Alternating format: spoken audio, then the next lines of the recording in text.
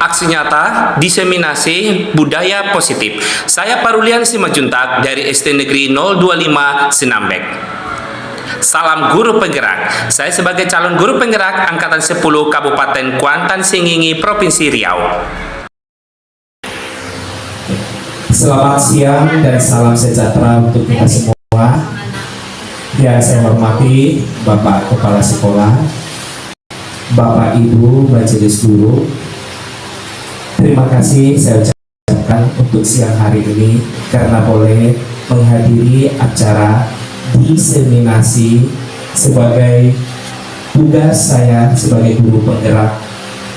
Untuk kali ini materi yang saya bawa itu adalah budaya positif. Baik, next.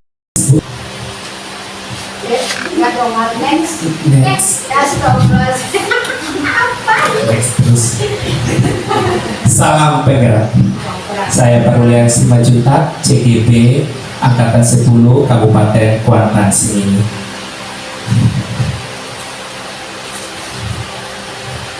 Yuk senyum dulu 30 detik sekarang. Karena kalau kita senyum, apapun itu akan dipermudah. Dan senyum akan meningkatkan semangat kita di siang hari ini. Ya, Pak Billy senyum. Terima kasih. Baik Bu. Next. Nah, sebelum kita memulai kegiatan kita ini, kita buat dulu apa yang menjadi kesepakatan forum diskusi kita hari ini, forum diseminasi kita hari ini. Baik, saya contohkan menghargai siapapun yang menjadi pendengar, menghargai siapapun, kemudian menjadi pendengar. Kira-kira apa lagi yang akan kita tambahkan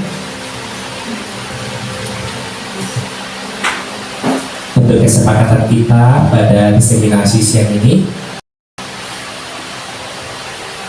Oke, menghargai pendapat. Kalau mau izin, permisi ya. Oke, baiklah. Next.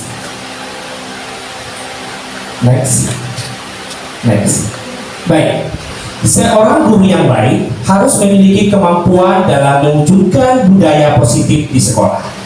Budaya positif tersebut dapat dijalankan dengan menerapkan konsep-konsep inti seperti berikut. Yang pertama, disiplin positif. Yang kedua, motivasi perilaku manusia. Yang ketiga, keyakinan sekolah atau kelas. Yang keempat, kebutuhan dasar manusia. Yang kelima, posisi kontrol restitusi. Dan yang keenam, restitusi. Nah, keenam ini akan menjadi pokok bahasan kita pada siang hari ini. Next. Positif sebagai pembuka materi kita hari ini. Nah, apa itu disiplin positif? Next. Disiplin positif merupakan cara penerapan disiplin yang mengajarkan anak bertanggung jawab dan menumbuhkan kesadaran diri berdasarkan nilai-nilai kebajikan. Nah, disiplin positif ini mengajarkan anak untuk bertanggung jawab. Bagaimana seorang siswa memikul tanggung jawab, karena mulai sejak dini anak-anak itu sudah harus dibekali bagaimana cara bertanggung jawab. Next. Dan disiplin positif lebih giat yang dapat mengontrol diri dalam melakukan segala tindakan. Jadi sebelum bertindak, anak itu akan terlebih dahulu memikirkan apa yang positif yang harus dilakukan, apakah ini positif atau negatif. Next. Nah, disiplin diri dapat membuat murid memahami dan menyadari berdasarkan motivasi internal. Motivasi internal ini artinya motivasi yang berasal dari dalam diri siswa tersebut. Motivasi ini bukanlah suatu paksaan atau karena mendapat pujian dia melakukan tindakan itu, ataupun karena takut karena hukuman. Jadi ini didasarkan atas motivasi dari diri sendiri ataupun niat. Tahu Bapak Ibu, sebagai visi kita muat 6 profil pelajar Pancasila. Yang pertama yaitu beriman, bertakwa kepada Tuhan Yang Maha Esa, dan berakhlak mulia. Ini merupakan isi kita. Kemudian mandiri, berkebinekaan global, bergotong royong, kreatif, dan bernalar kritis. Ini salah satu bagian dari misi kita. Nah, motivasi perilaku manusia. Ada 3 motivasi perilaku manusia. Yang pertama yaitu untuk menghindari ketidaknyamanan atau hukuman. Anak-anak masuk ke nomor 1 ini, di mana anak-anak itu untuk menghindari ketidaknyamanan atau hukuman, dia baru bertindak. Berarti termasuk motivasi internal atau eksternal, Bapak Ibu? Eksternal. Jadi jika anak takut karena ada peraturan ataupun konsekuensi ataupun hukuman, nah dia menghindari itu dan melakukannya, berarti dia masuk ke eksternal. Yang kedua, untuk mendapatkan imbalan atau penghargaan dari orang lain. Karena dia ingin mendapatkan penghargaan atau imbalan, baru dia bertindak atau melakukan itu. Kira-kira ini masuk eksternal atau internal? Eksternal juga, bagus. Dan yang terakhir, untuk menjadi orang yang mereka inginkan dan menghargai diri sendiri dengan nilai-nilai yang mereka percayai. Kalau yang ini, bagaimana Bapak? Nah, ini internal, ini yang kita harapkan. Ini yang kita harapkan dari peserta didik itu. Ada yang mereka lakukan karena itu berasal dari diri sendiri, dan itu merupakan nilai-nilai yang mereka percaya. Nah, keyakinan sekolah atau kelas. Bapak Ibu, kita sebagai guru kelas sudah punya keyakinan kan? Sudah ada ditulis di kelasnya semua keyakinan kelasnya. Mungkin sebelumnya kita masih menulis kesepakatan kelas. Tetapi hari ini kita akan buat tulisan kesepakatan itu, kita ubah menjadi keyakinan kelas. Di mana keyakinan kelas itu semuanya menggunakan kata-kata yang positif. Kemarin saya sudah ceritakan ke sebagian Bapak Ibu, ternyata kata-kata negatif itu tidak bisa kita gunakan, seperti dilarang. Dilarang mencoret-coret meja, itu tidak boleh kita gunakan. Kemudian jangan cabut dari sekolah, ada kata jangan, itu merupakan kalimat negatif. Tetapi itu juga namun, hanya saja, dan yang lainnya, itu bisa menurunkan semangat ataupun itu sifatnya negatif. Nah, seperti apa keyakinan sekolah itu? Nah, di sini bacakan dulu ya, bacakan. Guru berperan dalam menunjukkan terbentuknya keyakinan sekolah atau kelas dengan adanya kesepakatan antara guru dan murid. Bapak Ibu, sebentar lagi kita akan memasuki yang baru. Kita mulai membentuk keyakinan kelas. Kita harus sepakat dengan peserta didik apa yang menjadi keyakinan kelas kita. Ya Bapak Ibu ya, kita sepakat membentuk itu, kita tulis di papan tulis apa yang menjadi kesepakatan itu, kemudian kita tempelkan di dinding. Oke, next. Nah, keyakinan sekolah atau kelas berupa pernyataan-pernyataan universal yang mudah diingat dan dipahami dan harus diterapkan di lingkungan sekolah. Kata-katanya sederhana saja, tidak usah yang sukar-sukar ataupun yang sulit. Contoh tadi, jangan membuang sampah. Kita gunakan kalimat sederhana, menjaga kebersihan. Jangan coret-coret tembok atau dinding. Kita gunakan kalimat yang sederhana, menjaga kebersihan tembok ataupun dinding. Nah, itu contoh kalimat yang positif.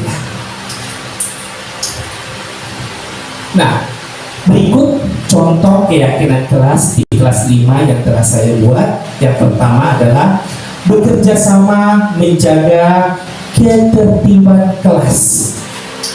Jadi tidak ada kata jangan ataupun dilarang ataupun tidak. Kemudian menjaga dan meletakkan barang sesuai tempatnya. Jangan membuang sampah, jangan meletakkan buku sembarang, karena buku yang diambil dari lemari biasanya asal-asal siswa itu meletakkan kembali. Nah, kita gunakan jangan itu menjadi menjaga dan meletakkan barang sesuai tempatnya. Kemudian yang ketiga, mendengar. Kita harus mendengar guru. Mendengar guru, apa itu Bu? Jelas?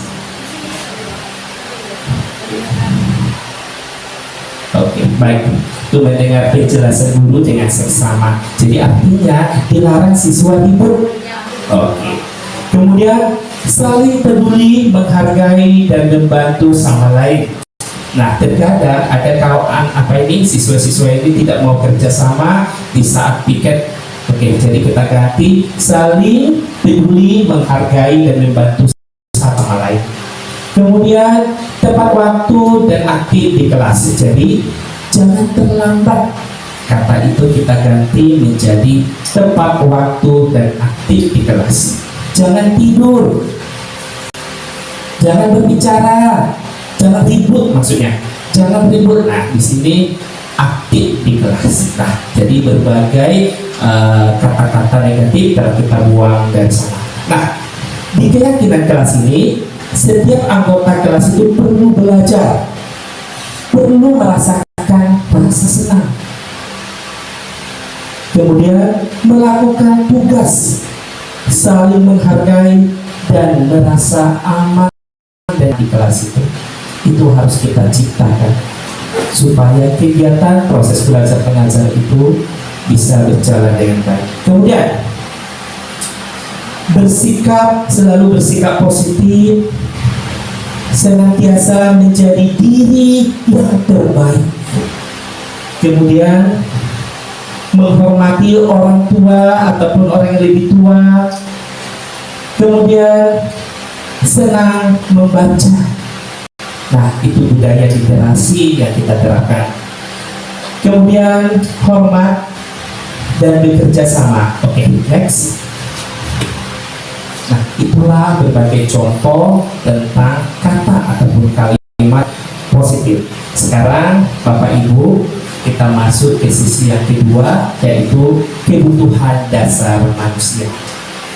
Bapak Ibu, hampir setiap hari kita menemukan peserta didik ini melakukan sesuatu yang melanggar aturan ataupun ketertiban sekolah.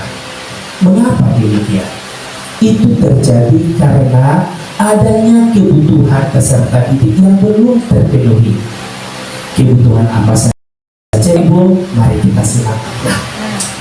Ketika seorang murid melakukan suatu perbuatan yang bertentangan dengan nilai-nilai kebajikan atau melanggar peraturan, hal itu sebenarnya dikarenakan mereka telah gagal memenuhi kebutuhan dasar mereka. Next. Apa saja kebutuhan dasar manusia itu? Yang pertama, bertahan hidup. Ini menjadi kebutuhan dasar dari manusia. Yang pertama, bertahan hidup. Yang kedua, kasih sayang dan rasa diterima. Setiap individu membutuhkan rasa kasih sayang dan rasa diterima. Yang ketiga, penguasaan. Ada siswa kita yang memang tipenya mau menjadi seorang pemimpin atau mau menguasai orang dengan caranya sendiri. Yang keempat, kebebasan. Setiap manusia memiliki kebebasan. Di sini kita harus mampu mengontrol siswa kita. Dan kesenangan. Inilah keenam kebutuhan yang harus dimiliki oleh setiap manusia. Dan jika siswa kita melakukan suatu tindakan yang melanggar peraturan, bisa dipastikan salah satu dari keenam kebutuhan tersebut tidak terpenuhi. Next, kita langsung masuk ke studi kasus. Bapak Ibu masih ingat yang ke-6 kebutuhan tadi kan? Masih ingat kan? Yang pertama adalah bertahan hidup. Yang kedua, kasih sayang dan merasa diterima. Yang ketiga, penguasaan. Yang kebebasan. Dan yang kelima, kesenangan. Kita ingat dulu ya, yang ke-6 ini. Baru nanti kita selesaikan kasus yang pertama. Yuk, next. Kasus yang Ibu Zulaika, baru wali kelas 5G, sedang bingung menghadapi ulah salah di kelasnya. Tommy namanya, yang selalu bikin ulah itu. Beberapa anak telah mengeluhkan Tommy yang seringkali meminta bekal makan siang dengan paksa. Jika Anda menghadapi situasi seperti Ibu Zulaika, apa yang akan Anda lakukan? Menurut Anda, kira-kira apa alasan Doni melakukan hal itu? Yuk kita bahas dulu ya. Jadi di sini ada kasus, contoh kasus si Tommy ini suka sekali, mengganggu temannya, meminta bekal makan siang temannya dengan paksa pula.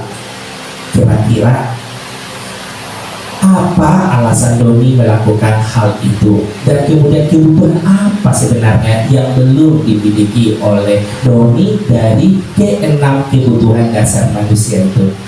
Boleh berpikir sejenak, boleh memilih 1 sampai 6 itu kan, boleh 2, boleh 1, boleh ke-6-6-nya. Oke, kita berpikir sejenak. Ini yang akan kita temukan, dan memang sering kita temukan di sekolah. Oke, Bu Yu, kira-kira dari 1 sampai 6 ini ada berapa kebutuhan si Tommy yang tidak terpenuhi?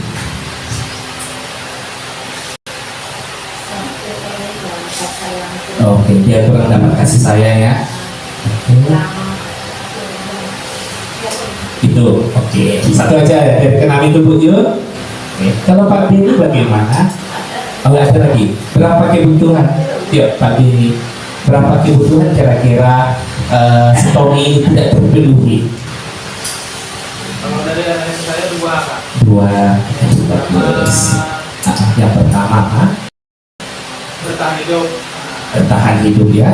Yang kedua, penguasaan hidup. Penguasaan diri. Bagus. Kalau Bu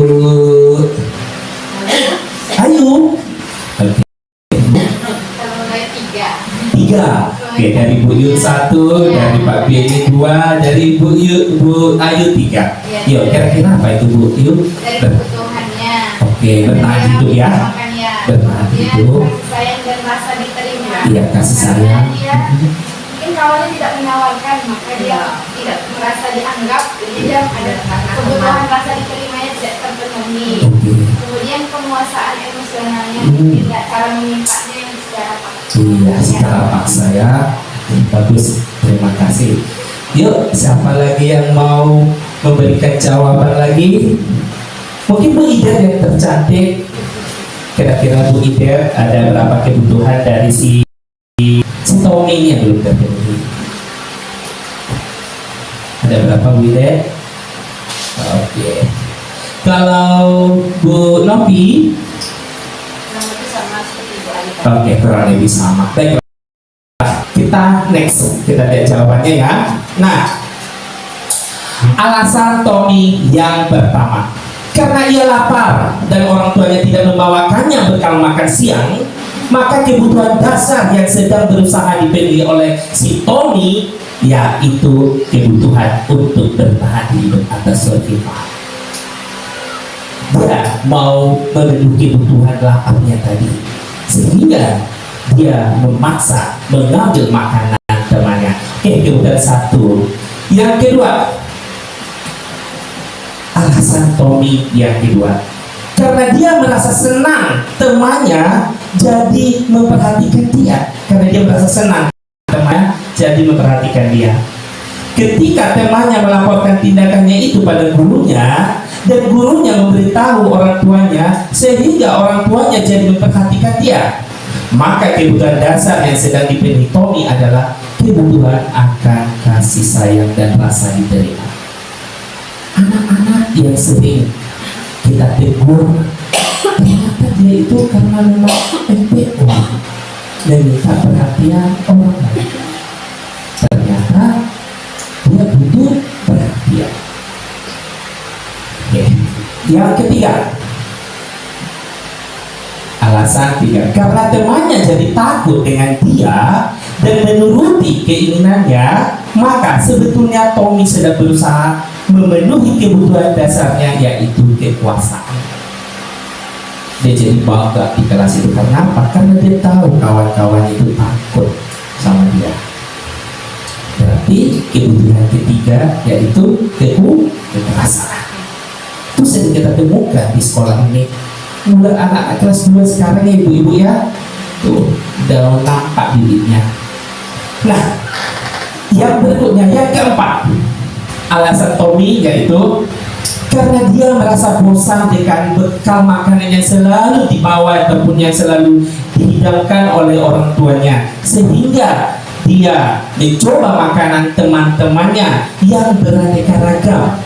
Maka Tommy sedang berusaha memenuhi kebutuhannya akan kebebasan. Kebebasan yaitu memiliki keinginan untuk memilih-milih. Dia tidak mau satu aja terus, dia mau keluar dari yang satu itu, karena orang yang bebas sifatnya berbosan. Dia gampang bosan terhadap yang itu aja. Ternyata sudah dapat ya kebutuhan dia. Yang berikutnya, next, yang kelima, apakah ada? Oh, ternyata ada. Karena ia melakukannya karena iseng saja, dan ia menikmati ekspresi teman-temannya yang kesal. Tentu kawannya kesal, dia pun menikmati dengan senang begitu. Nah, karena dia ambil makanannya dan menurut dia ekspresi teman-temannya itu lucu, malah dia bangga ataupun senang dengan sikap ngambek kawan-kawannya itu. Nah, berarti Tommy sedang berusaha memenuhi kebutuhannya akan kesenangan. Ternyata mungkin si Tommy ini di rumah jarang senyum, jarang tertawa, jarang terhibur di rumah, sehingga dia senang sekali kalau melihat orang itu sedih. Malah mungkin makin diledekin ya. Tapi kalau orang yang suka meledekin temannya yang sedih atau nangis, berarti dia itu butuh kesenangan. Next. Oke, ternyata ada berapa? 5. Ada 5 kebutuhan si Tommy yang belum terpenuhi. Jadi Bapak Ibu, ya, betul kasih saya. Nah, jika ada siswa kita yang seperti kasus tersebut, coba kita dekati dia, kita lakukan pendekatan, dan kita melihat, memperhatikan apa sebenarnya kebutuhan dasar yang belum terpenuhi dari siswa tersebut. Dan memang kita jangan langsung gampang memutuskan, tapi kita perhatikan. Oke, sekarang posisi kontrol atau restitusi.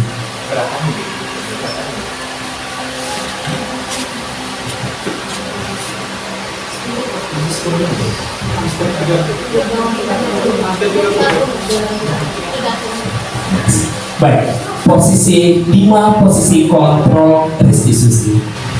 Bapak Ibu, sebagai guru, kita memiliki 5 posisi kontrol restitusi.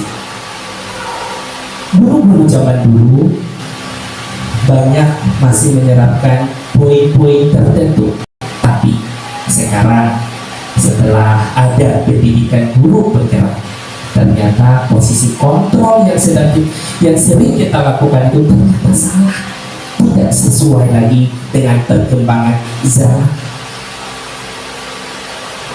Kita harus memenuhi kebutuhan anak sesuai dengan kodratnya, yaitu kodrat alaminya dan kodrat zamannya.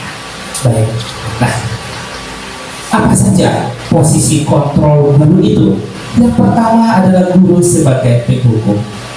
Seperti apa guru yang suka menghukum siswa itu? Itu memang budaya lama, tapi sekarang mari kita mengubahnya menjadi posisi nomor berapa? Mari kita ikuti. Yang kedua, guru sebagai pembuat merasa bersalah. Bapak Ibu, kalau kita menegur siswa, mungkin pernah kita buat dia itu sampai dia merasa bersalah terus, nangis-nangis, bahkan dia sampai nangis-nangis karena kita kata kamu salah, kamu itu, kamu tadi melakukan ini, bla bla bla bla, sampai dia nangis karena dia tahu akan kesalahan dia. Kemudian yang ketiga, guru sebagai teman. Oke, seperti apa itu? Nanti kita lihat. Guru sebagai pemantau. Dan yang terakhir, guru sebagai manajer. Yuk kita lihat. Nomor 1, 5 posisi kontrol. Bapak Ibu, di sini ada 5 posisi kontrol guru. Ada tabel motivasi, identitas gagal, identitas berhasil atau sukses, apa ya, dan identitas berhasil ataupun kontrol diri. Nah, identitas gagal kontrol dari luar, yaitu sebagai guru penghukum ataupun menghindari hukuman. Nah, guru berbuat, kalau posisi guru berbuat di penghukum, itu guru biasanya suka menghardik, menunjuk-nunjuk, menyakiti, bahkan menyindir. Seperti ini contoh guru penghukum. Kamu ya, kita tunjuk-tunjuk, kamu dari kemarin melakukan hal itu berulang kali.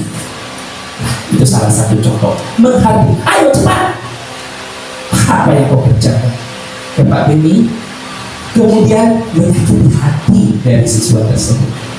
Nah, itu salah satu contoh guru penghukum. Itu adalah negatif.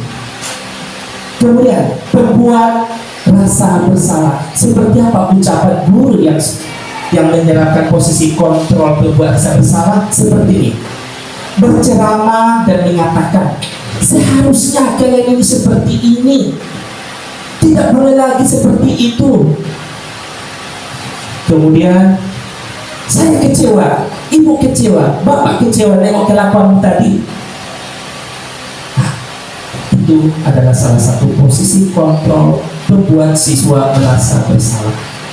Kemudian kalau tipe guru sebagai teman, membuatkan alasan-alasan dirinya, ayolah nak, ayolah cepatlah nak.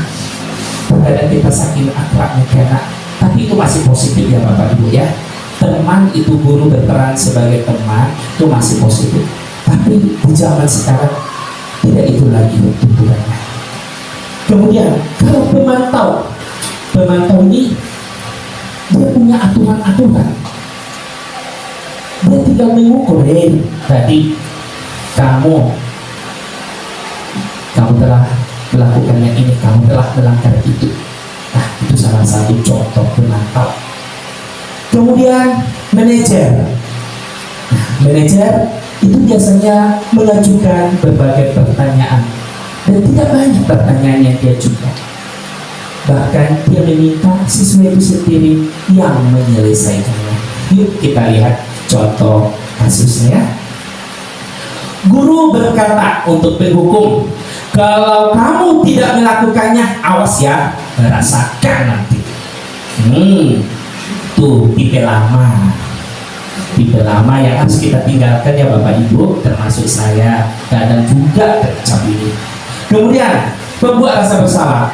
Kamu seharusnya ya, kamu sudah tahu ibu lelah sekali mengatakannya, ibu stres, pusing nengok kamu, pusing ngajarin kamu itu. Akhirnya guru ngambek, ditinggalkan kelas. Akhirnya siswa berdeka di dalamnya. Itu membuat rasa bersalah. Itu harus kita hindarkan Bapak Ibu. Kemudian yang teman, tapi ini masih kategori yang positif ya. Ayolah, lakukan demi ibu. Ayolah, ayo. Kemudian, masa kamu tidak mau? Ingat, Ingat tidak, ibu pernah bantu kamu loh nak. Nah, jadi mengajak dia. Kemudian kalau sebagai pemantau, apa peraturannya rupanya di kelas di sekolah ini? Sudah tahu kan? Apa aturan kita? Nah, masuk. Nah, itu sebagai pemantau. Dan kemudian kalau manajer, gini aja. Apa yang kamu yakini? Kemudian apa yang bisa untuk diperbaiki masalah ini? Contoh, anak itu datang telat ke sekolah. Ini masalah yang sering terjadi ya Bapak Ibu ya. Kalau masalah anak datang telat ke sekolah, kita harus panggil memang mereka sama dia. Nah, apa yang akan kamu lakukan besok? Cukup itu aja. Pasti dia menemukan sendiri jawabannya. Pasti dia bilangnya, saya tidak akan terlambat lagi, ya kan? Terus kita tanya lagi, supaya tidak terlambat, kira-kira apa trik kamu? Nah, di sini kita harus berperan sebagai manajer untuk membuat siswa berpikir bagaimana cara menemukan solusi ataupun penyelesaian masalah yang dihadapi.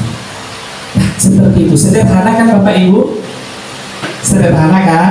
Tidak susah. Jadi nggak perlu lagi kita ribut, tegang kepala kita, tegang leher kita.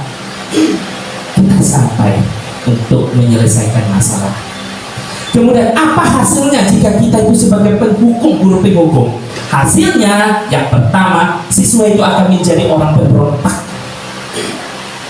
Dengan marah-marah bahkan melawan kita malahan.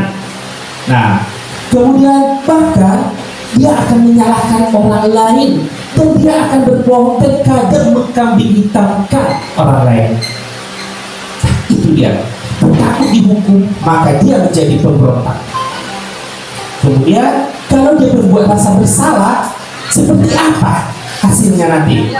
Dia akan menyembunyikan masalah tersebut, kemudian menyangkal, berbohong, bukan aku. Nah, itu hasil yang akan sering kita dapatkan jika kita sering membuat siswa itu merasa bersalah. Kemudian, nah bagaimana pula kalau teman? Kita menganggap siswa itu teman dan siswa juga menganggap kita sebagai teman, maka siswa itu akan sering bergantung pada kita, sedikit-sedikit akan bergantung. Kalau kita tidak ingatkan, contohnya kita ke ruangan, nah, aduh masih kotor itu, bersihkan lagi. Nah, tergantung kita jadinya. Setelah kita perintahkan, baru dia mau. Nah, coba nanti berganti gurunya. Nah, ini dia. Di SD sering juga terjadi seperti ini. Kalau sudah guru lain mengingatkannya, dia tidak akan mau. Dia hanya mau wali kelasnya yang selalu hanya wali kelasnya yang didengarkan. Kalau guru lain mungkin tidak. Karena apa? Karena posisi kontrol kita menganggap siswa itu sebagai teman. Itu akibatnya. Kemudian kalau pemantau, nah itu hasilnya akan menyesuaikan diri bila diawasi. Jika tidak diawasi, ya hati-hati, tetap kembali melakukan hal yang negatif ataupun yang melanggar aturan. Kemudian kalau dia sebagai manajer bagaimana? Nah, ini akan menguatkan pribadi dia, karakter dia yang baik akan dikuatkan. Dia akan sadar sendiri bahwa apa yang dilakukan itu ternyata tidak sesuai dengan aturan. Baik, seperti itulah 5 posisi kontrol dari seorang guru. Kita pilih yang mana di sini Bapak Ibu ya? Pilih mana kita? Apakah kita memilih penghukum, pembuat rasa bersalah, atau teman, atau pemantau, atau manajer? Sebagai teman, kalau Ibu lebih condong sebagai teman ya. Kalau dia, oke, teman juga bisa, manajer juga bisa. Jadi Ibu berperan ganda ya. Bagus. Kalau Bu Ida jangan tidur. Oke. Kalau Pak Beni, Kalau saya lebih memilih dia sebetulnya, cuman yang saya lakukan adalah 1, 2, 3 itu ya. Nomor 1, penghukum. 1, 2, 3. 1 dan 3, penghukum, berbuat rasa bersalah, dan teman, ya. Oke. Baik, Bu Ayu. Yang ini, kira-kira yang apa ya yang akan kita lakukan? Posisi apa mulai sekarang ini yang akan kita terapkan? Kalau untuk membuat karakter anak, maka posisi manajer Ya, posisi manajer. untuk membentuk karakter. Ya. Kalau tidak membentuk karakter, menerapkan nomor 1 sampai nomor itu tetap juga membentuk karakter itu, Bu. Tapi karakternya apa? Jadi nomor penghukum, pembuat rasa bersalah, karakter negatif. Iya, karakter baik maksud saya. Oke. Sedangkan yang teman-teman top manager masih positif, ya. Oke. Cuma ada yang lebih bagus ya, dari situ. Kalau Bu Susi, temannya selalu memilih posisi temannya, ayolah nak, begitu ya. Iya, pemantau juga ya, ada aturannya, gitu. Baik. Kalau Bu Yun, posisi mana yang Ibu pilih dari kelima itu atau identitas Ibu? Apakah Ibu seorang guru penghukum, pembuat rasa bersalah, teman, pemantau, atau manajer? Mana aja lah. Oh, teman aja. Oke, baiklah Bapak Ibu. Yuk kita lihat ya Bapak Ibu. Next. Itulah dia. Posisi kontrol restitusi. Di antara kelima posisi kontrol tersebut sebaiknya.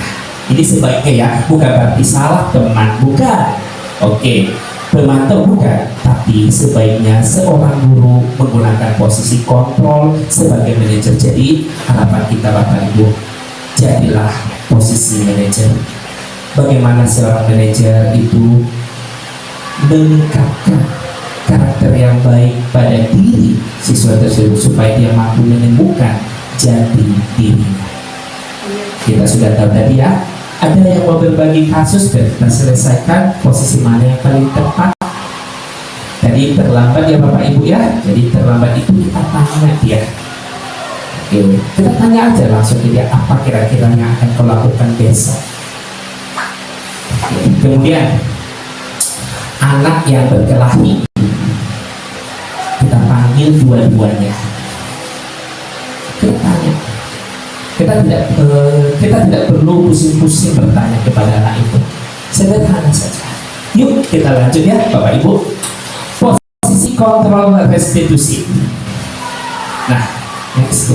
Sebagai manajer, guru dapat berbuat sesuatu bersama murid, mempersilahkan murid bertanggung jawab dan mendukung murid agar dapat menemukan solusi. Kita dukung siswa itu untuk menemukan solusi dari permasalahan yang dihadapi. Oke, next. Kemudian selain itu, posisi manajer mengacu pada restitusi yang dapat menjadikan murid sebagai manajer bagi dirinya. Nah, kita sudah mengajari siswa itu menjadi manajer bagi dirinya.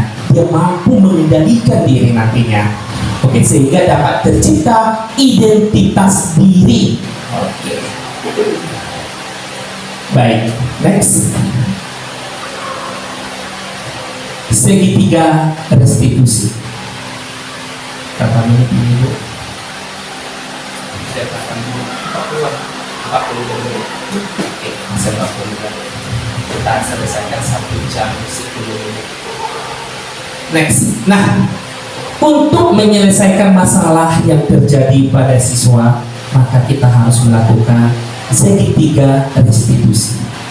Segitiga restitusi itu terdiri dari 3 tahapan. Apa saja tahapannya?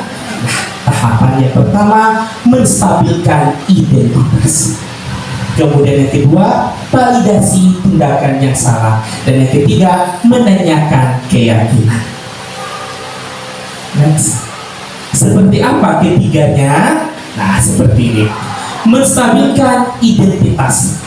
Menstabilkan identitas dilakukan berdasarkan prinsip bahwa membuat kesalahan adalah bagian dari proses pembelajaran. Siapa sih yang nggak pernah bersalah? Semua, bahkan kita dulu selalu bersalah. Banyak siswa yang sedang belajar, Semua bersalah. Semua pasti melakukan kesalahan. Dan itu adalah bagian dari proses pembelajaran. Nah, yang nantinya akan menggeser identitas gagal ke identitas sukses. Awalnya dia selalu gagal, awalnya dia selalu melanggar aturan.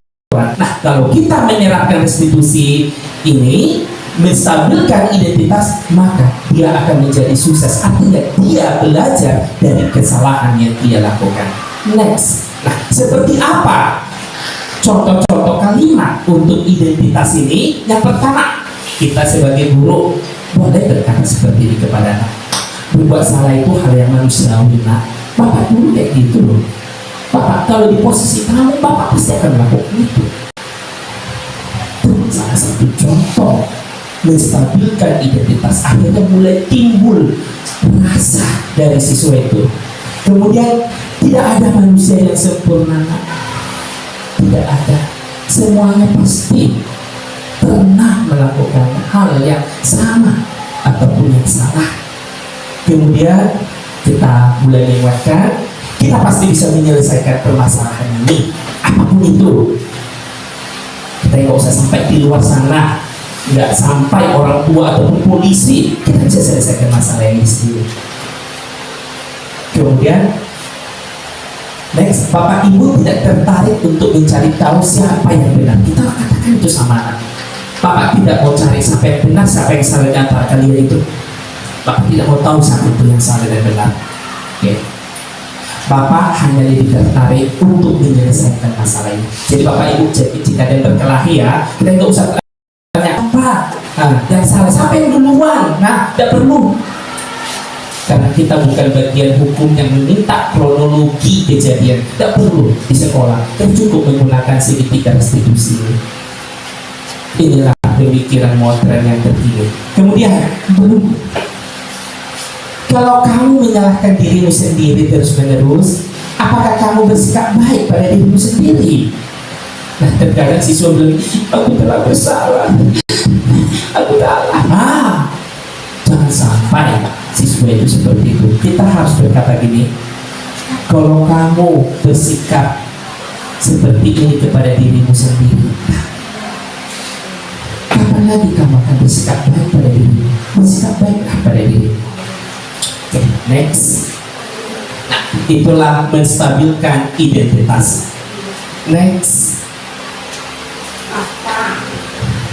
Nah, bagaimana dengan validasi tindakan yang salah? Yuk kita lihat ya. Validasi tindakan yang salah dilakukan berdasarkan prinsip bahwa setiap perilaku berupaya memenuhi suatu kebutuhan tertentu. Dia melakukan suatu kesalahan, dia melakukan pelanggaran karena dia berusaha untuk memenuhi kebutuhannya. Nah, sehingga guru atau orang tua akan bergeser dari pemikiran stimulus respon menjadi proaktif, serta akan lebih mengenali dan mengakui kebutuhan murid atau anak. Nah, seperti yang tadi, kita harus mengenal apa yang menjadi kebutuhan anak itu. Nah, yuk kita lihat seperti apa ucapan ataupun kalimat validasi tindakan yang salah. Nah, seperti ini. Kamu pasti punya alasan kenapa kamu melakukannya. Contoh ya, kita buatlah dulu. Bertekarlah si A dan si B. Si B melempar buku ke si A karena si A mengejek menyebut nama orang tua. Oke, dia ejek. Si A ini mengejek orang tua si B, nama bapakmu si ini bla bla bla bla bla. Sehingga si B melempar buku kena kepala si A. Nah, ributlah di kelas itu. Kita panggil si B itu. Hei, kita panggil dia. Kita gunakan segitiga restitusi, yaitu memvalidasikan tindakan yang salah. Apa kalimat pertanyaan untuk dia? Kita bilang aja gini, kamu pasti punya alasan mengapa kamu melakukannya. Kamu pasti punya alasan kan kenapa kamu melempar dia? Pasti dijawab, iya Pak, aku lempar dia gara-gara dia menyebut nama orang tuaku. Terus kita tanya balik ke dia, apa yang penting bagi kamu? Apakah penting kamu melempar buku itu ke kepala dia supaya dia berhenti mengejek nama orang tua kamu? Iya Pak, Oke, kita tanya lanjut lagi. Kamu boleh tetap berusaha menjaga sikap itu nak, tapi tambahkan sikap yang lain yang baru. Oke. Nah, mau kamu belajar cara lain untuk mendapatkan apa yang kamu butuhkan? Kamu harus memukul ataupun melempar dan lain-lain. Nah, gitu. Oke. Next. Nah, menanyakan keyakinan. Berapa menit Pak Beni? 11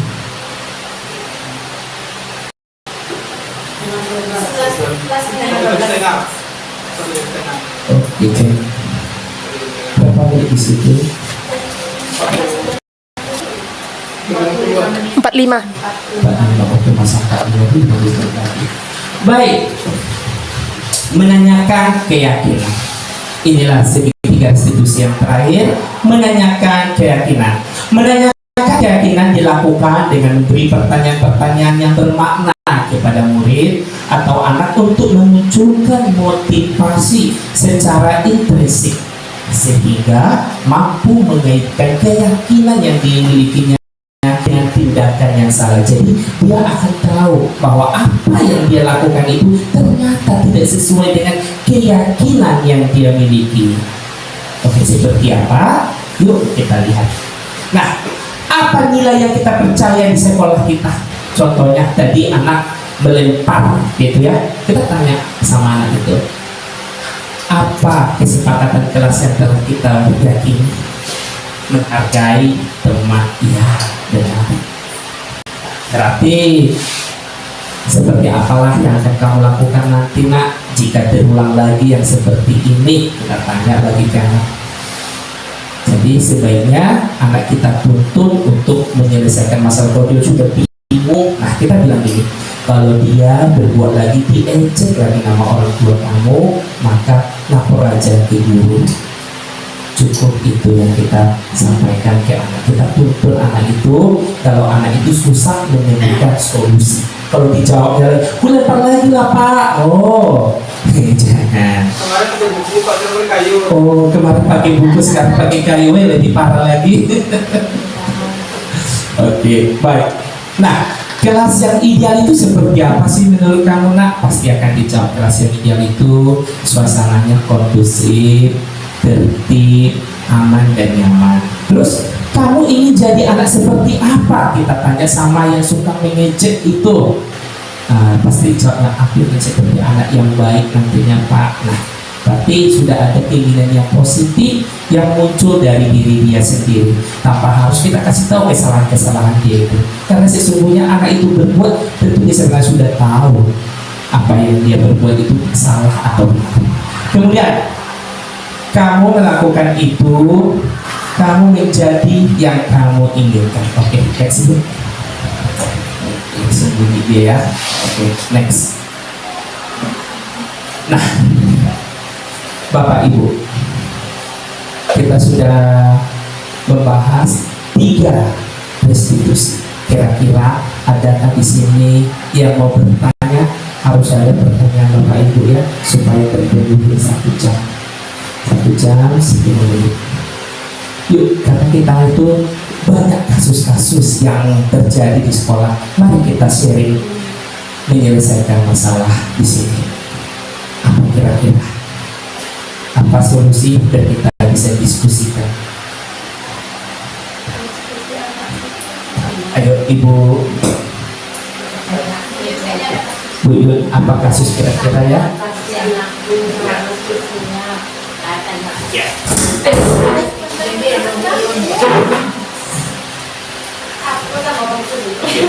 Bilang ada kasus bagaimana? Terima kasih atas waktunya. Ini sepertinya ya Pak ya, kasus di kelas 2 ini ya. Ini seperti anakku misalnya kasusnya di dalam pelajaran dia masih IQ-nya masih rendah, kira-kira tidak bisa menerima apa yang dipelajarinya. Ternyata yang pertama, yang kedua lagi Pak ya, selain itu dia tidak mampu dalam belajar, tentu kenakalannya juga Kalau di situ ada juga. Jadi bagaimana cara permasalahan menyelesaikan permasalahan ini? Bagaimana caranya Pak Yan? Begitu. Ya, terima kasih. Baik, terima kasih kepada Bu Yun yang memberikan 2 pertanyaan. Pertanyaan yang pertama adalah satu, siswa itu slow learner. Slow learner itu artinya lambat untuk menangkap ilmu pengetahuan yang disampaikan guru. Kemudian yang kedua, siswa tersebut itu sudahlah maaf slow learner, dia pun sering berbuat ulah di kelas. Dia sering bikin ribut, mengganggu temannya. Kira-kira apa yang harus kita lakukan? Oke, kita berpikir sejenak ya. Saya mau meminta nanti Bapak Ibu untuk menemukan solusinya. Oke, saya kembalikan ke Bapak Ibu dulu. Kita pikirkan dulu ya, yang slow learner, yang lambat, apa kira-kira yang harus kita lakukan kepada anak itu supaya anak itu bisa mengikuti proses pembelajaran kita dengan maksimal. Kemudian yang kedua, bagaimana mengatasi anak yang udahlah nakal, tak sanggup mengikuti pembelajaran dengan baik. Ada kira-kira Bapak Ibu yang mau memberikan tanggapan? Yuk, Bu Ida.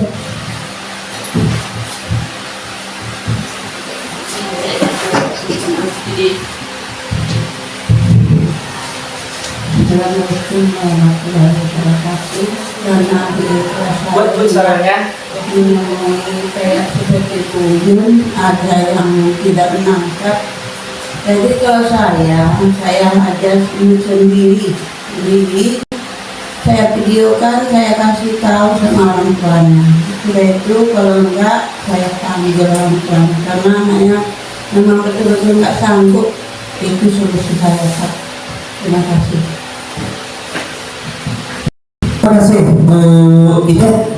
Di mana solusinya itu yaitu dia harus berkomunikasi dengan orang tua, menyampaikan seperti apa siswa itu di kelas dan meminta kepada orang tua untuk menuntutnya juga di rumah supaya tidak hanya guru saja yang lelah dibuatnya, harus orang tua ikut berpartisipasi penuh juga di sana. Oke, itu pertanyaan dari Bu Ida. Jadi kalau yang nakal Bu Ida sama saja tetap disebut dipanggil orang tua ya, tidak usah dipanggil orang tua, cukup kita menyelesaikan. Bagus. Oke, itu jawaban dari Bu Ida. Mungkin kalau Ibu Nani ya. Terima kasih Pak Yan atas waktu.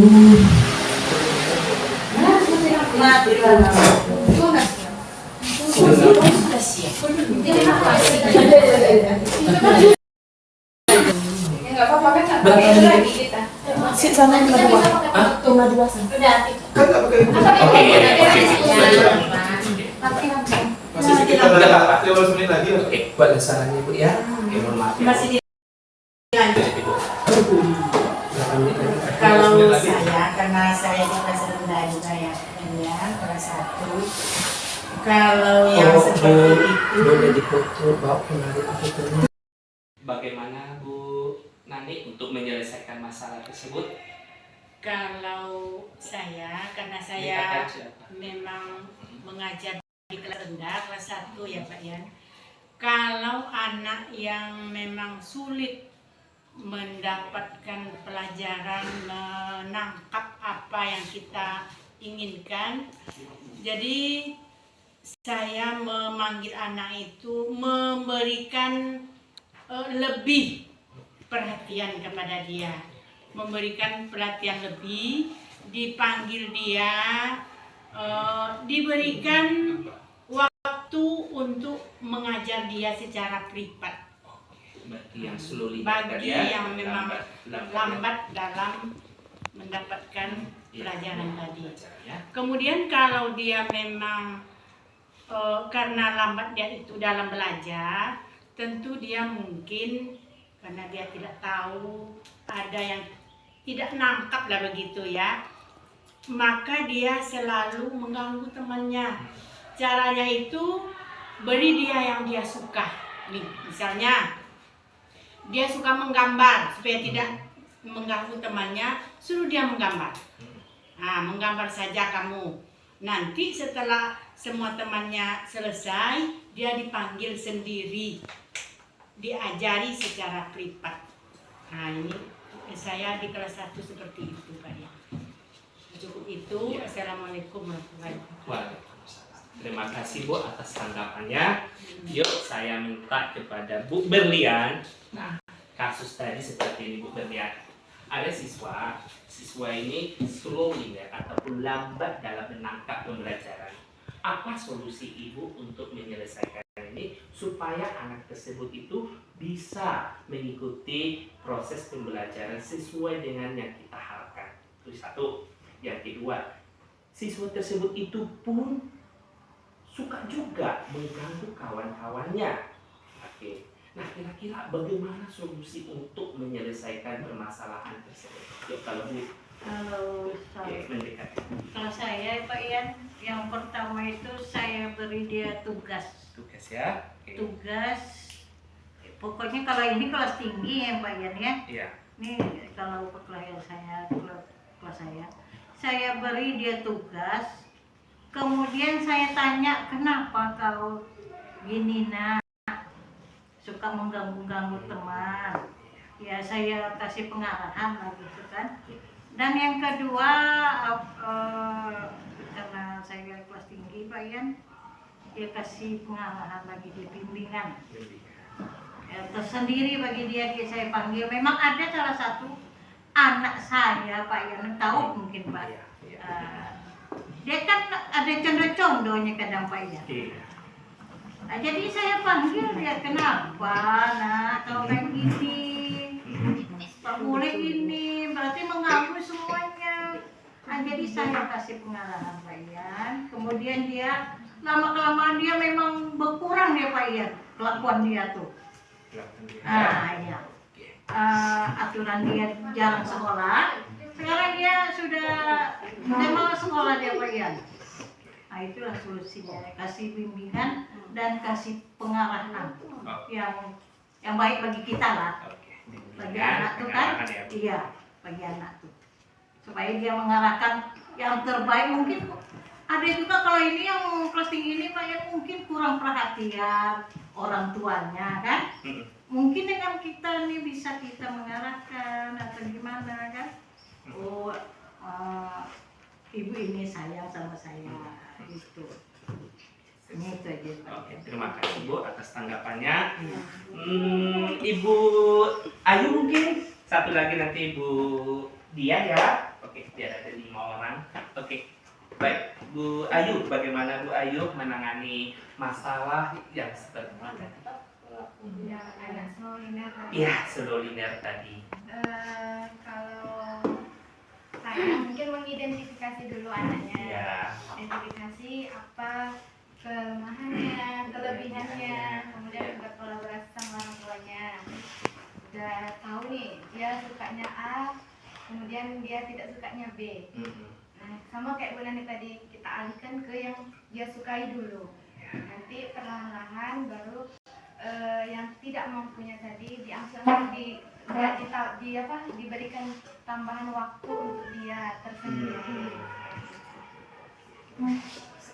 Kalau mengganggu teman tadi mungkin dia perlu meminta perhatian, artinya dia kekurangan kasih sayang sama kebutuhan yang kasih sayang rasa diterima tadi mungkin yang perlu kita lebihkan ke anak tersebut. Kebutuhan yang tadi kita penuhi, mudah-mudahan dengan kebutuhan yang terpenuhi tadi, maka perilakunya tadi bisa diminimalis. Iya. Berkurang ya. Iya. Baik, terima kasih Bu Ayu. Dan satu lagi penutupnya, bagaimana Bu Dia menangani masalah tersebut yang lambat dalam menangkap ilmu pengetahuan yang disampaikan guru, dan anak yang lambat itu pula yang paling ribut dan sering mengganggu temannya di kelas.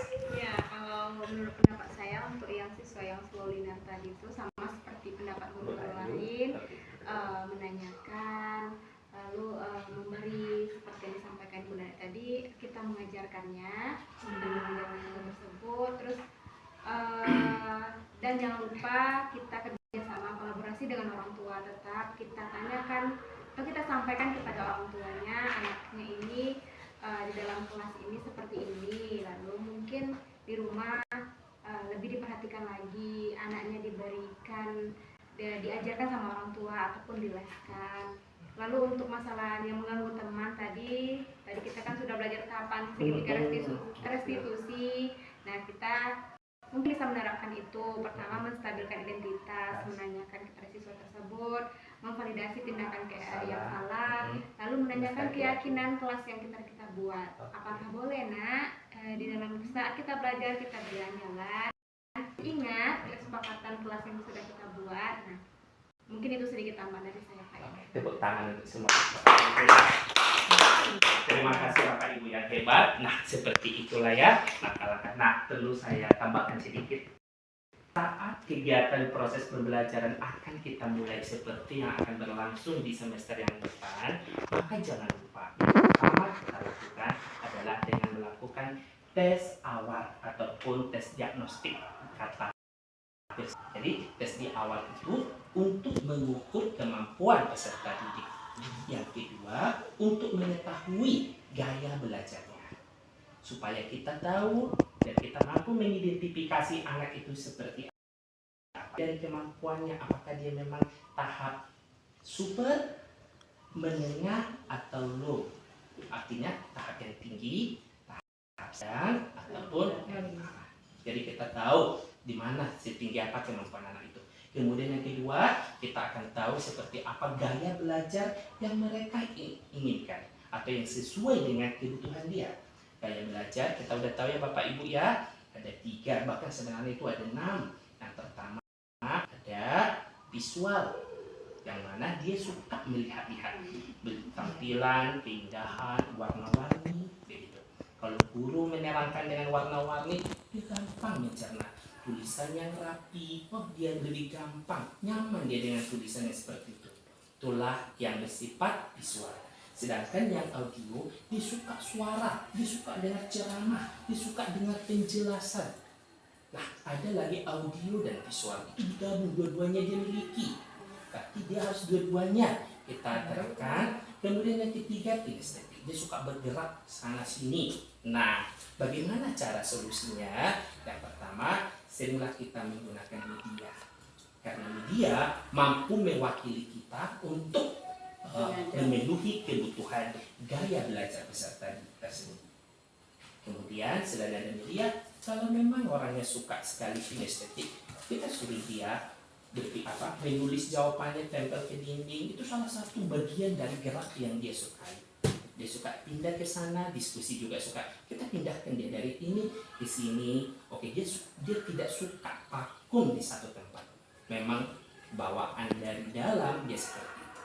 Kemudian yang ketiga, kalau siswanya yang berikutnya, kalau siswanya itu suka mengganggu ataupun membuat masalah di kelas, ya seperti apa tadi cara 3 tadi ya, kita harus menggunakan segitiga restitusi.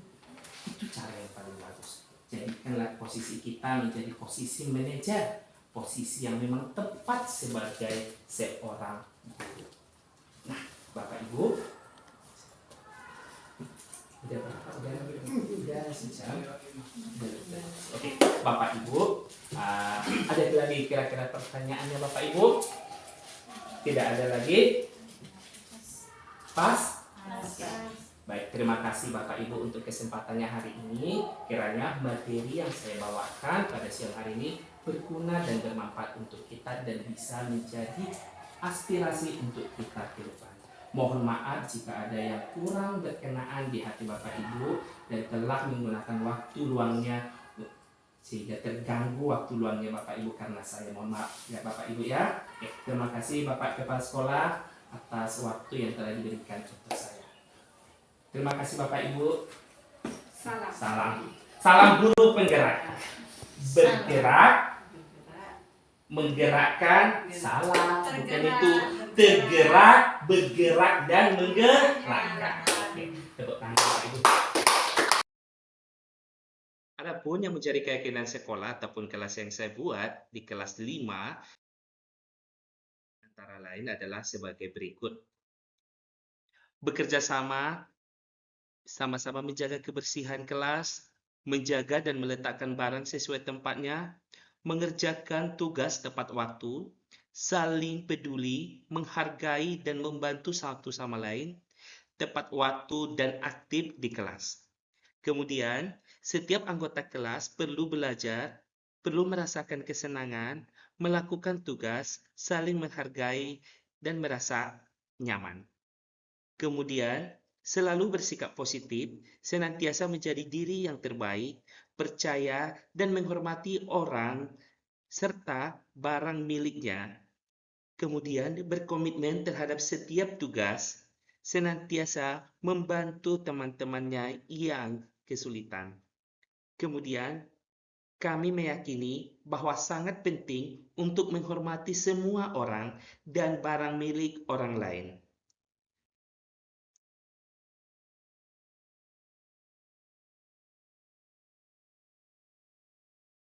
Demikian aksi nyata saya pada modul 1.4 ini. Semoga diseminasi kali ini bermanfaat untuk kita semua.